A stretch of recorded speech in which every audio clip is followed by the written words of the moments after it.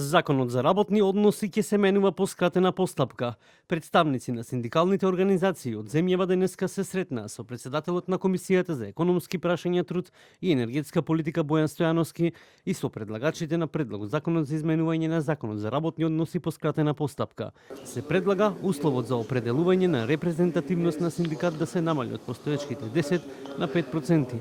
Ова сметаме дека ќе го демократизира, ќе ја демократизира репрезентативноста на синдикатите во економско-социјалниот совет и ќе даде можност повеќе синдикати да ги репрезентираат вработените.